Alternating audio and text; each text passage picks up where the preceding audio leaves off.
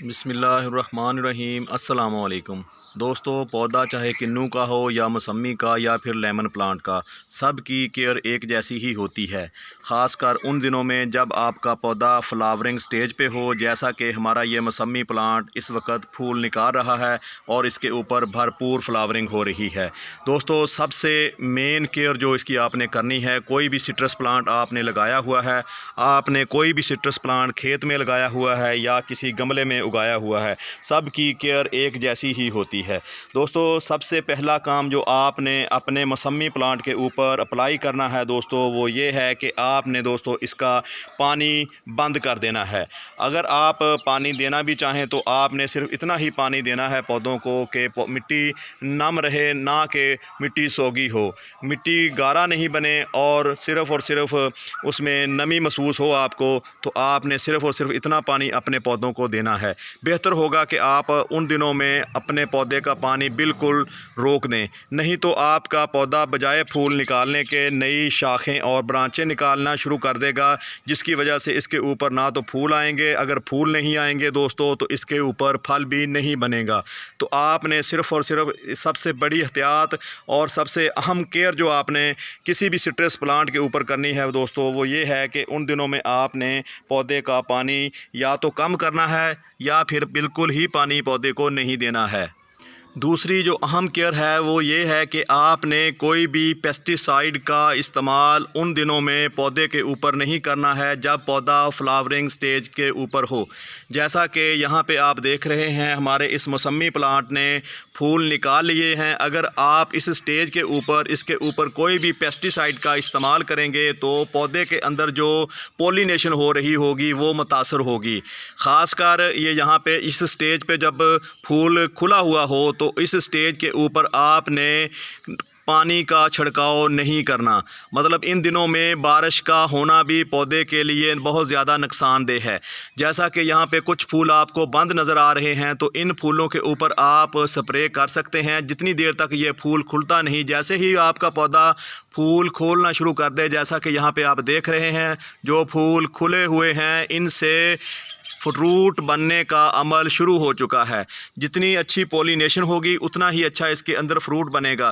दोस्तों, पानी से मुराद यहाँ पे बारिश भी हो सकती है, और यहाँ से पानी से मुराद आप वो पेस्टिसाइड जो आपने पौधों को फंगस से बचाने के लिए करते हैं या कीड़े मकोड़ों से बचाने के लिए इस्तेमाल करते हैं। दोनों सूरतों में दोस्तों पानी का छिड़काव बिल्कुल पौधे के ऊपर नहीं करना चाहिए इस स्टेज पे। दोस्तों, अगली अहम जो एहतियात है, जो केयर है, वो दोस्तों ये है कि आपने इस स्टेज के ऊपर अपने पौधे को किसी किस्म का फर्टिलाइज़र नहीं देना। अगर आप पौधे को फर्टिलाइज़र दोगे तो पौधा दोबारा अपनी ग्रोथ ले लेगा और ये जो इसके ऊपर लगे हुए फूल हैं दोस्तों वो गिरना शुरू हो जाएंगे। तो ये जो फूल हैं ये ना तो फल में कन्वर्ट होंगे और बल्कि सारे के सारे फूल जो हैं वो ड्रॉप हो जाएंगे। दोस्तों, अगर आपने अपने पौधे को खाद देनी है तो आपने नवंबर दिसंबर में अपने खाद का जो अमल है इसको मुकम्मल करना है। आप चाहे गोबर की खाद दे रहे हों या आप कोई केमिकल फर्टिलाइज़र अपने पौधे के ऊपर इस्तेमाल कर रहे हों, तो आपने नवंबर दिसंबर में ये काम कंप्लीट कर देना है, ताकि फरवरी में जब इनके ऊपर पौधों के ऊपर फ्लावरिंग का अमल शुरू हो तो पौधा पूरी तरह तैयार हो, इसमें के जड़ों में वो सारी ताकत आ चुकी हो जो फूल बनाने के लिए और फूलों को फल में कन्वर्ट करने के लिए पौधे को चाहिए होती है।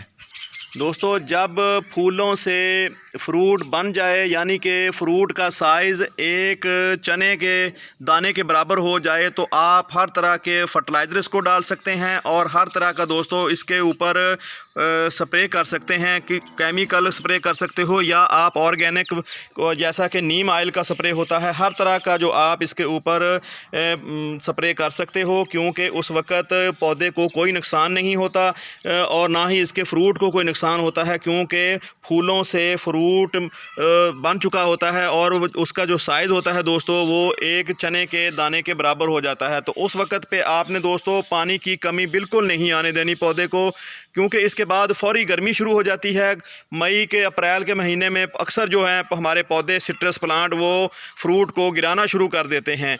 उसके फ्रूट गिराने की सबसे मेन वजह जो रीज़न होता है वो दोस्तों यही होता है कि हम अपने पौधों को पानी बहुत कम देते हैं उन दिनों में। ऊपर से बहुत ज़्यादा गर्मी हो रही होती है, तो गर्मी की वजह से हमारे पौधे जो है ना एकदम स्ट्रेस में आ जाते हैं, जिससे उनके ऊपर लगा हुआ फ्रूट गिरना शुरू हो जाता है या वो पिचक जाता है। पिचक जाने से मुराद यहाँ पे ये है कि वो उसमें पानी बिल्कुल ख़त्म हो जाता है। तो इसलिए आपने ख़ासकर ये जो 2 महीने आगे आने वाले हैं, अप्रैल और मई का महीना, इन दिनों में दोस्तों आपने पौधों के ऊपर पानी की कमी को नहीं आने देना। अगर आपका पौधा इस स्टेज पे है, फूल निकाल रहा है, फूलों से फल की तरफ जा रहा है, तो आपने इस स्टेज के ऊपर आपने पौधों को पानी नहीं देना, ना ही इसके ऊपर आपने दोस्तों किसी किस्म का केमिकल या ऑर्गेनिक स्प्रे करना है। दोस्तों ये थी चंद वो बातें जो मैंने आपको बताई, जो आपके बहुत काम आने वाली हैं। इन बातों के ऊपर आप अमल करके आप अपने पौधों से ज़्यादा पैदावार हासिल कर सकते हो। दोस्तों आपसे रिक्वेस्ट है कि अगर आपको मेरी वीडियो अच्छी लगती हैं तो आप मेरे चैनल को सब्सक्राइब कर लें और साथ में लगे हुए आल वाले ऑप्शन पे जाके घंटी को प्रेस कर दें और लाइक वाला बटन तो आप दबा ही दें, ताकि हमें आगे बढ़ने में मदद मिल सके। दोस्तों आपके तावन की हमें बहुत ज़रूरत है, क्योंकि आपके तावन से ही ये सब कुछ मुमकिन है। जब तक आप हमसे तावन नहीं करोगे तो हमारा चैनल आगे बढ़ने में हमें मदद नहीं मिलेगी। तो आपसे रिक्वेस्ट है कि हमारी वीडियो को लाइक कर दें और हमारे चैनल को सब्सक्राइब कर दें। तो मिलते हैं दोस्तों किसी अगली मालूमाती वीडियो के साथ, तब तक आपसे इजाज़त चाहते हैं। अल्लाह हाफिज़। अस्सलामु अलैकुम वरहमतुल्लाहि वबरकातुहू।